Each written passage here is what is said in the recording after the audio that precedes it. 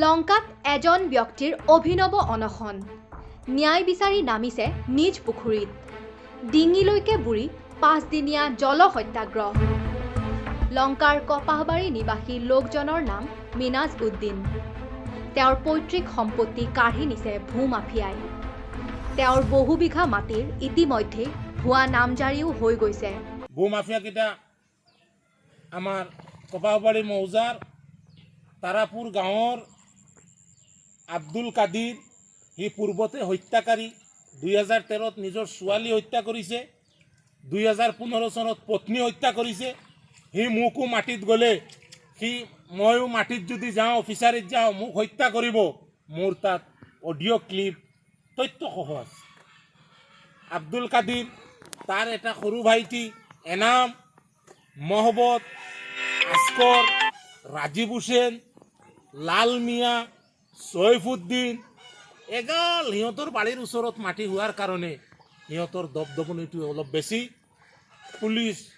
কানুন একো নামানে মোৰ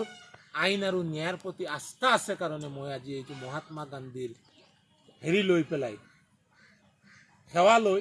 প্ৰণাম জনাই মই আজি অমৰণ অনশনৰ জলসত্যাগ্ৰহত বহিছোঁ 5 দিনীয়া আৰু এই কামটোত ভূমাফিয়া চক্ৰটোক সহায় কৰিছে হোজাই জিলাৰ ডবকাৰ পূৰ্বৰ চক্ৰ বিষয়া আৰু বৰ্তমানৰ হোজাইৰ অতিৰিক্ত উপায়ুক্ত ইলিয়াছ আহমেদ আৰু মোৰাঝাৰ থানাৰ ভাৰপ্ৰাপ্ত আৰক্ষী বিষয়া কবিৰ সিং লিম্বুৱে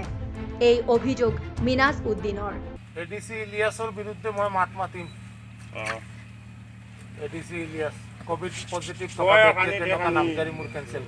কৰিছে কাৰ্যালয়ত মাতি নি পেলাই 5 মিনিটৰ এটা ডিসিজন মই কৈছো মেজিস্ট্ৰেট লেভেল ইনকুৱাৰী কৰাও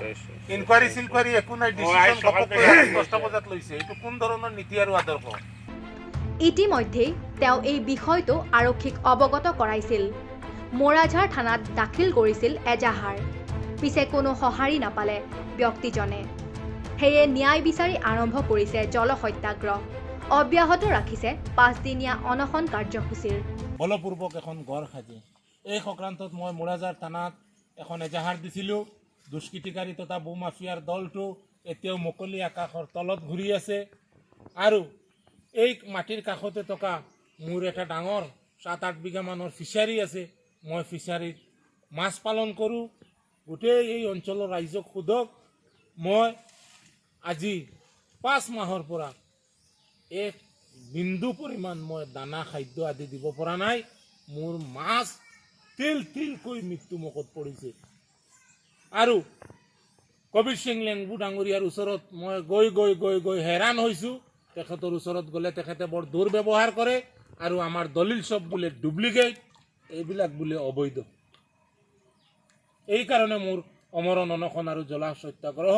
এইটো 21 তাৰিখৰ পৰা 25 তাৰিখলৈকে অব্যাহত থাকিব মই ন্যায় নোপোৱাৰ আগলৈকে